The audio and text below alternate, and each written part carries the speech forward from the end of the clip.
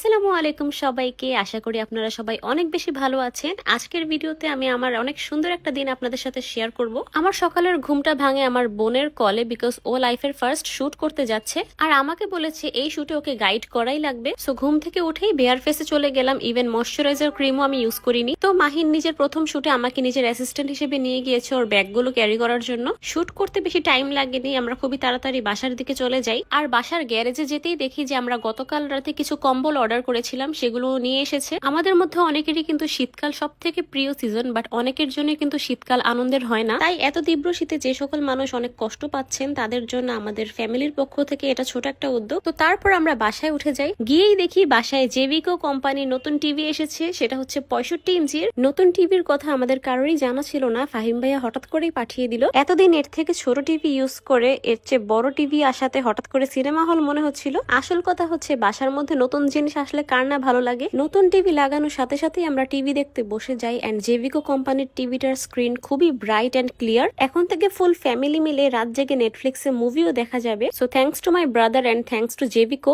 বিকেলের দিকে আমার একমাত্র বেয়াই মানে মানজিয়া ভাবির একমাত্র ছোট ভাই আমাদের সবার জন্য নুডলস রান্না করেছিল এন্ড ও নুডলসটা অনেক বেশি মজা। দেন সন্ধ্যার পর আমার বন্ধুর সাথে আমার বাহিরে যাওয়ার কথা ছিল। যেহেতু আমি রেডি হচ্ছিলাম, ভাবলাম আপনাদের সাথে শেয়ার করি আমি কিভাবে মোস্টলি রেডি হয়ে থাকি। যেহেতু শীতকাল, বেশি করে সিরাম এন্ড ময়শ্চারাইজার লাগিয়ে নিলাম। দেন সানস্ক্রিন অ্যাপ্লাই করে আমি আমার মেকআপ স্টার্ট করব। আমার মেকআপের মোস্ট ইম্পর্টেন্ট জিনিস হচ্ছে কনসিলার। আমি আমার ফুল ফেসে মেকআপ করি না, জাস্ট স্কিনের ডার্ক এরিয়া গুলোতে কনসিলার অ্যাপ্লাই করি। আর টার্ট কনসিলারের মিডিয়াম স্যান্ড শেডটা ইউজ করলে আমার স্কিনের কালারটা একদম চলে আসে। আমার ব্লাশ অনেক বেশি পছন্দ এন্ড আমি রেয়ার বিউটির হ্যাপি শেডের এই লিকুইড ব্লাশটা ইউজ করেছি। দেন আমার ফেসের সব লিকুইড প্রোডাক্ট গুলো আমি শার্লেট টিলবারের এই কম্প্যাক্ট পাউডারটা দিয়ে ভালোভাবে সেট করে নিব। আইব্রোজ ড্র করা আমার জন্য মাস্ট। দেন আইব্রো পেন্সিলটা দিয়ে আমি আমার আইলাইনার লাইনেও টানি, এটা আমার নিজের স্টাইল। তারপরও আইলাইনার দিয়ে একটা টান দিয়ে নিলাম। দেন আইল্যাশে আমি অনেক ঘন করে একটু মাস্কারা দিয়ে নিলাম। তারপর একদম লাইট কফি কালার একটা লিপ লাইনার দিয়ে লিপটা ড্র করে নিয়ে ফেন্টি বিউটির এই লাইট কালার গ্লসটা দিয়ে নিলাম। কারণ লিপস আমি অলওয়েজ ন্যাচারাল রাখতে ট্রাই করি, খুবই লাইট কালার ইউজ করি। আর অলওয়েজ কিন্তু আমি এভাবেই রেডি হয়ে থাকি, আমার এই একটাই সিগনেচার মেকআপ লুক। আমি রেডি হতে হতে এর মাঝে আমার বন্ধুও চলে আসে, কিন্তু আমি আর আমার বন্ধু বের হওয়ার টাইমে কখনোই ডিসাইড করে বের হই না যে আমরা কোথায় যাব। ঠিক সেভাবেই আমরা বের হয়ে গেলাম এন্ড রাস্তায় দাঁড়িয়ে আমরা ডিসাইড করলাম যে কেননা আমরা একটা কফি ডেটে যাই। কফি ডেটে যাওয়ার জন্য আমাদের লিস্টে খুবই স্পেসিফিক কিছু প্লেসেস আছে, তো সেগুলো থেকেই আমরা ডিসাইড করে একটাতে গিয়েছি। যদিও আমি কফি লাইক করি না, আমার জীবনটা চায়ের উপর দিয়ে চলে, বাট উইন্টারে মনে হয়েছে কফি ভালোই লাগবে। সো আমরা চলে আসলাম তাবাকে।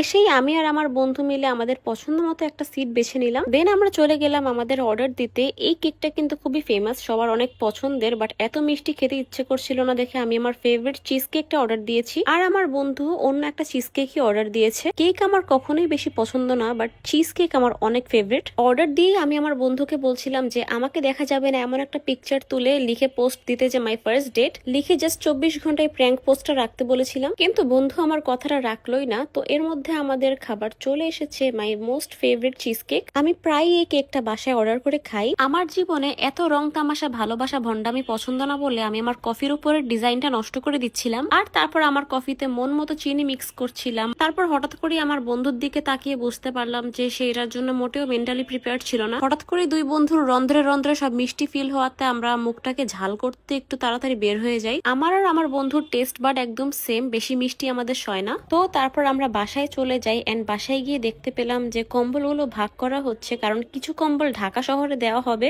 আর কিছু কম্বল হচ্ছে আমাদের গ্রামে নিয়ে যাওয়া হবে। ভাগ করা হয়ে গেলে রাতের মধ্যেই ঢাকা শহরের কম্বলগুলো দিয়ে দেওয়া হচ্ছিল, কারণ অলরেডি এই উদ্যোগটা নিতে একটু লেট হয়ে গিয়েছিল আমাদের। যদিও ফাহিম ভাইয়া শীতের শুরুর দিকে টিমের পক্ষ থেকে উদ্যোগ নিয়েছিল, কিন্তু এই বছরের শীতটা এক্সট্রিম, মানে সহ্য করার মতো না। বাংলাদেশে সচরাচর এমন ঠান্ডা পড়ে না, তাই পরে এটা আবার বাসার সবাই প্ল্যান করেছি। ঢাকায় কম্বল দেওয়া শেষ হয়ে গেলে কুমিল্লার জন্য যে কম্বলগুলো রাখা হয়েছিল সেগুলো একদম রাতের দিকে আমি, আম্মু, মানজিয়া ভাবি মিলে সবাই প্ল্যান করে লিস্ট করেছিলাম, কারণ লিস্ট করে ভাগ করে না রাখলে কোথায় কোথায় দেওয়া হবে সেটা নিয়ে পরে সমস্যা হয়ে যেত। আর এইদিকে মাহিরা কম্বলগুলো দেখে অনেক খুশি হয়ে গিয়েছে, কারণ সে এগুলোর মধ্যে লাফালাফি করা শুরু করে দিয়েছিল। অনেক কষ্ট করে কম্বলগুলোর উপরে উঠেছে। ফার্স্টে সে একা একা উঠতে পারছিল না, পরে সে তার দাদুর হাত ধরে নিয়ে আসে তাকে উঠিয়ে দেওয়ার জন্য। সো আজকের ভিডিওটা এই পর্যন্তই। দেখার জন্য থ্যাংক ইউ সো মাচ সবাইকে। সবাই ভালো থাকবেন, সুস্থ থাকবেন এন্ড আমাদের জন্য দোয়া করবেন। আল্লাহ হাফেজ।